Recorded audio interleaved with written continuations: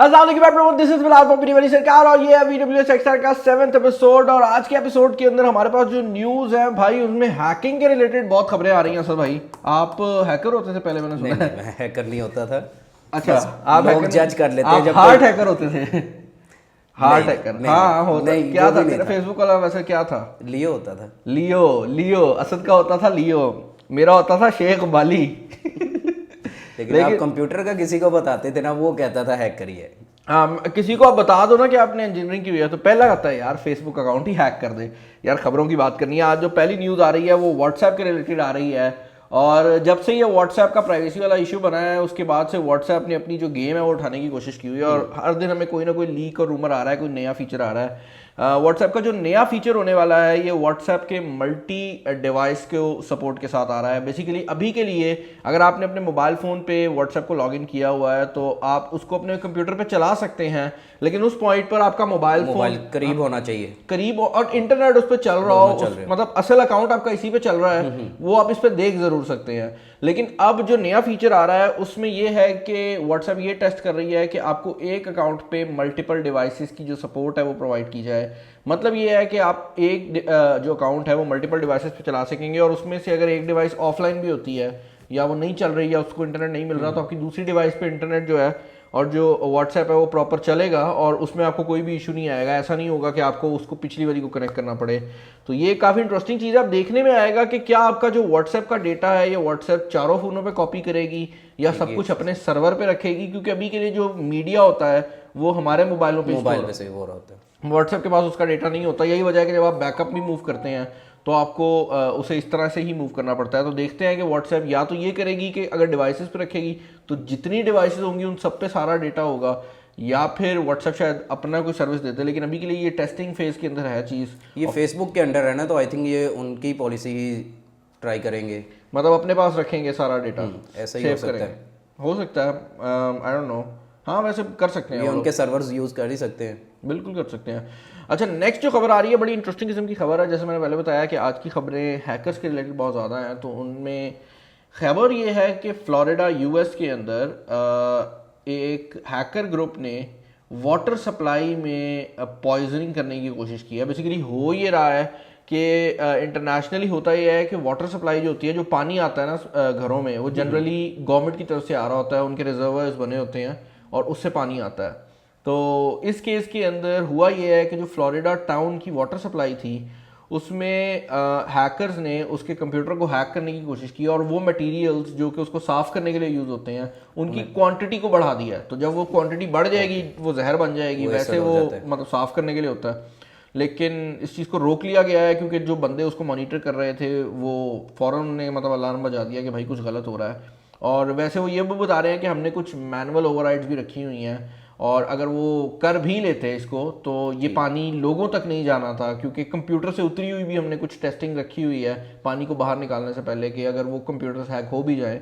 लेकिन फिर भी ये बड़ा अजीब है। और जनरली हैकर्स जब इस लेवल पे खेल रहे होते हैं ना, तो या तो उनको पैसा चाहिए होता है या जनरली हैकर्स मतलब खुद ही कर रहे होते हैं और किसी कॉज के लिए कर रहे होते हैं ना, किसी चीज़ के काम के लिए। लेकिन ये बहुत कम होता है कि हैकर्स सिर्फ डिस्ट्रक्शन के लिए इस तरह का इस लेवल पे आके काम करें। तो ये बड़ा इंटरेस्टिंग है कि उन्हें सिर्फ डिस्ट्रक्शन चाहिए, मतलब उनसे कोई फ़ायदा तो उन्हें नहीं मिल रहा था ना अगर लोगों को पॉइजनिंग वाला पानी चला जाता, लेकिन उन्होंने ये किया है। अब देखते हैं इस पर क्या बनता है। अभी तक कोई अरेस्ट तो नहीं हुआ, लेकिन काफ़ी इंटरेस्टिंग चीज़ है। अगली खबर आ रही है भाई नथिंग की तरफ से। कार्ल पे जो कि वन प्लस के को फाउंडर भी थे और आई थिंक वन प्लस के CEO भी थे, उस बंदे ने वन प्लस को छोड़ दिया है because according to him OnePlus के अंदर रीब्रांडिंग हो रही है, जो कि हमने भी यहाँ पर डिस्कस किया है कि ओप्पो के फ़ोन्स को बस नाम चेंज करके वन प्लस के नाम से लॉन्च किया जा रहा है। तो उसकी वजह से उनने कंपनी छोड़ दी थी, एक नया वेंचर स्टार्ट किया है जिसका नाम नथिंग है। ये मोबाइल फ़ोन्स नहीं है, अकॉर्डिंग टू हिम ये ऑडियो एक्सेसरीज होने वाली हैं। और देखते हैं इसमें क्या प्रोडक्ट्स आती हैं, लेकिन जो इसकी पहली प्रोडक्ट है वो जल्दी ही लॉन्च होने वाली है। और इस बंदे की बहुत फ़ैन फॉलोइंग है, जो कार्ल पे है इसकी वन प्लस की वजह से बहुत फ़ैन फॉलोइंग है।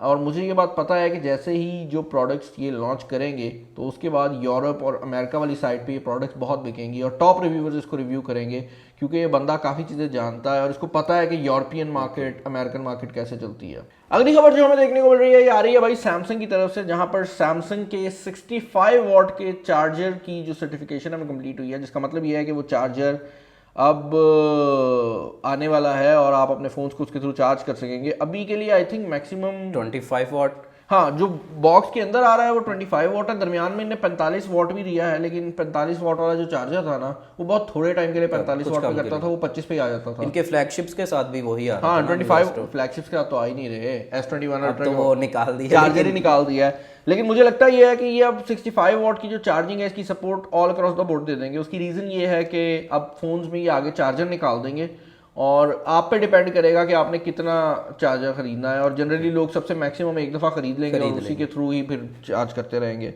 तो आई बिलीव कि एक अच्छा स्टेप है कि बड़े चार्जर्स आ रहे हैं और इससे जो वेस्ट है वो वाकई कम होगा, लेकिन स्टार्ट में तो मसला लग रहा है हर बंदे को कि भाई चार्जर निकाल दिया।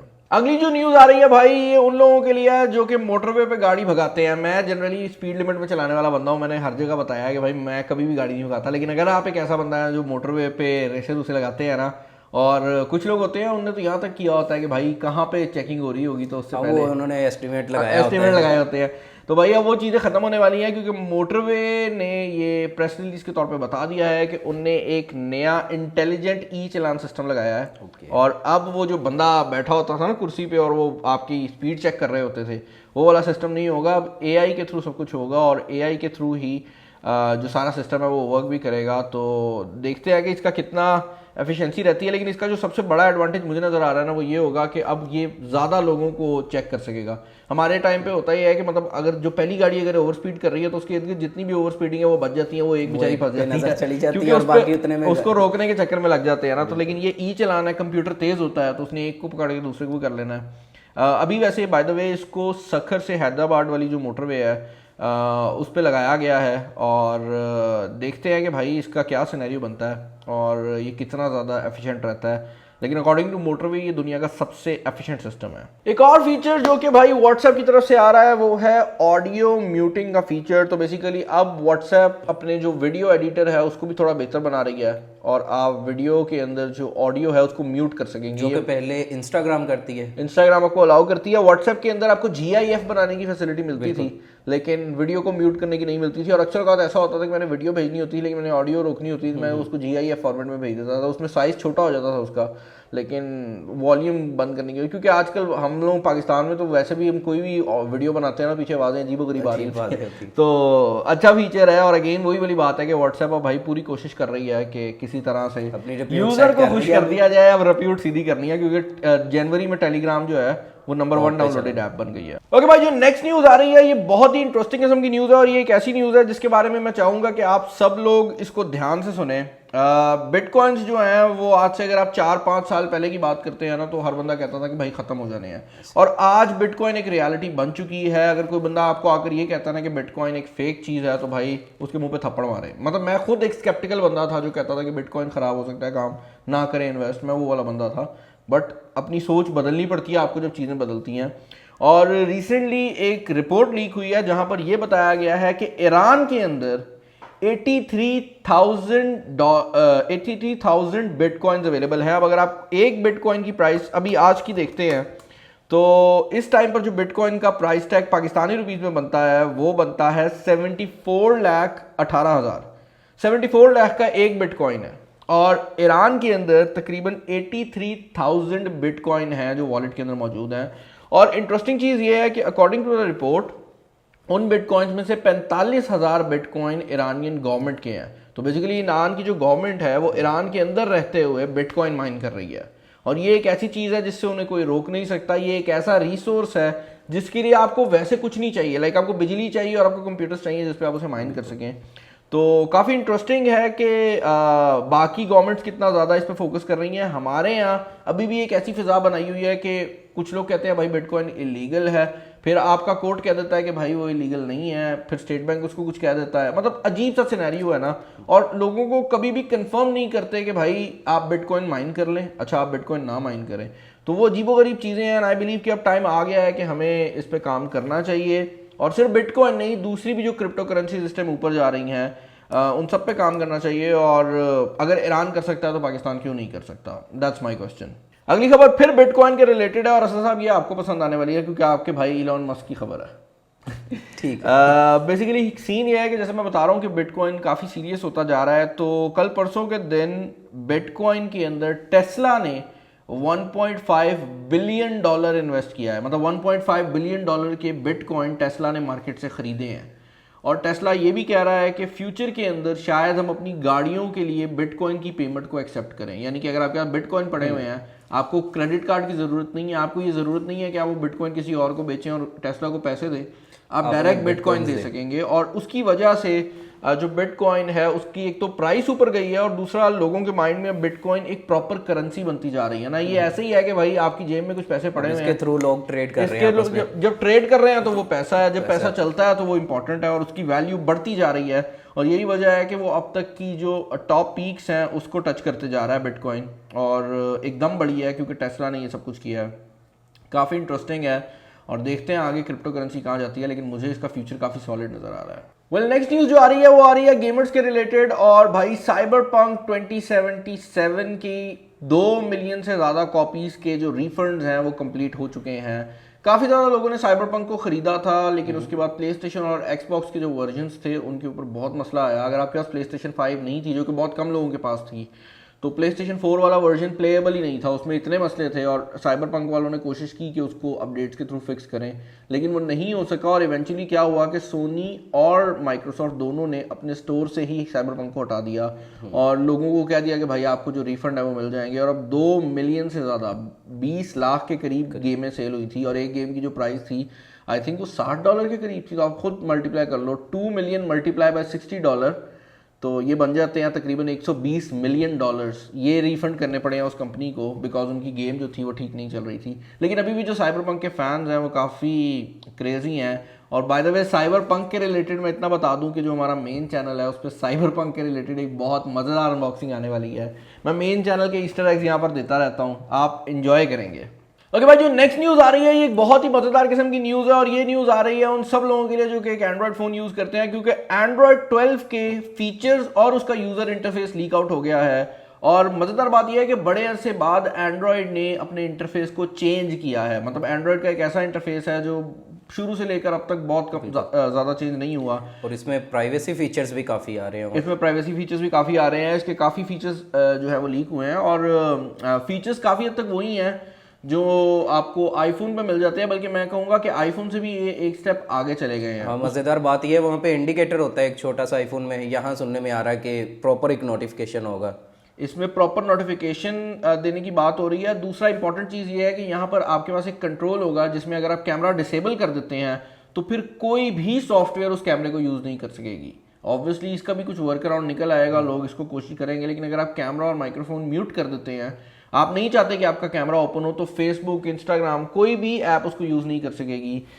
देखते हैं कि ये एग्जैक्टली किस तरह से काम करेगा, लेकिन ये जो चीज़ है काफ़ी इंटरेस्टिंग लग रही है। और ओवरऑल जो इंटरफेस है उसकी भी लुक काफ़ी ज़्यादा म्यूटेड और मिनिमल कर दी गई है। पहले जो इंटरफेस था वो ज़रा ब्राइट कलर्स में आता था, ब्राइट कलर्स को निकाल कर ग्रेज डाल दिए गए हैं, जो कि मिनिमलिस्ट अप्रोच है, और देखने में ये काफ़ी खूबसूरत भी लग रहा है। देखते हैं कि इसका फाइनल वर्जन क्या आता है, क्योंकि पहला जो वर्जन होता है ना वो हमेशा ही बहुत डिफरेंट होता है लास्ट वर्जन से, और ये अभी बिल्कुल लीक है, मतलब ये बीटा भी नहीं है, लीक है जो आई है।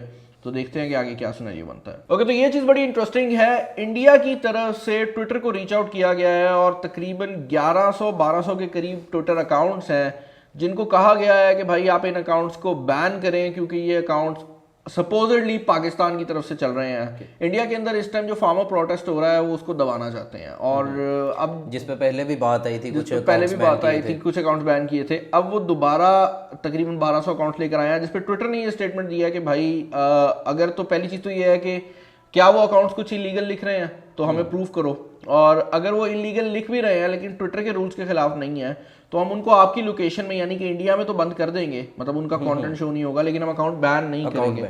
तो देखते हैं इसकी क्या सिनेरियो बनता है। मैंने इस पर ट्विटर को पहले भी क्रिटिसाइज़ किया था कि वो ज़रा इंडिया वालों की ज़्यादा ही सुनते हैं और चीज़ें बैन करते हैं, जो कि नहीं करनी चाहिए, क्योंकि एक तरफ आप फ्रीडम ऑफ स्पीच का नारा लगा रहे हो और दूसरी तरफ आप अकाउंट भी बैन कर रहे हो, तो वो दो साइड की ट्रीटमेंट नहीं होनी चाहिए ना। या तो आप बिल्कुल फ्रीडम ऑफ स्पीच में रहो या ना करो, तो वो चीज़ ज़रूर है। ओके भाई, आज की जो लास्ट खबर है वो आ रही है Xiaomi की तरफ से, जहां पर Xiaomi Mi 11 Lite भी अब काफ़ी हद तक जो लॉन्चिंग है उसके करीब आ गया है। उसका रिलेटेड भी जो लीक्स और रूमर्स हैं वो हमारे सामने आ रहे हैं, और सपोजिटली इस फ़ोन के अंदर या तो स्नैपड्रैगन 755 या स्नैपड्रैगन 732G होगा। अगर आप मेरी माने तो मुझे लगता है कि इसके अंदर स्नैपड्रैगन 755 होगा। उसकी रीज़न ये है कि 732G जो है ना वो हमें नोट 10 सीरीज़ में देखने को मिलेगा, और मेरे हिसाब से 732G Mi 11 Lite में ये नहीं देंगे, क्योंकि वो 5G चिप भी नहीं है।